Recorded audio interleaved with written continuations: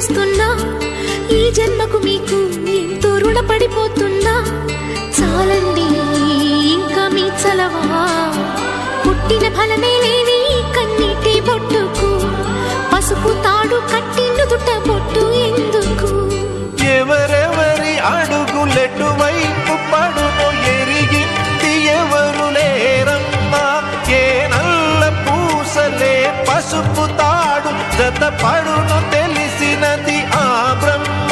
విధి చేతిలోని పావులం ఎదురాడలేని జీవులం. నీవైనా నేనైనా ఆ దైవం తీర్పు మన్నించాలమ్మా.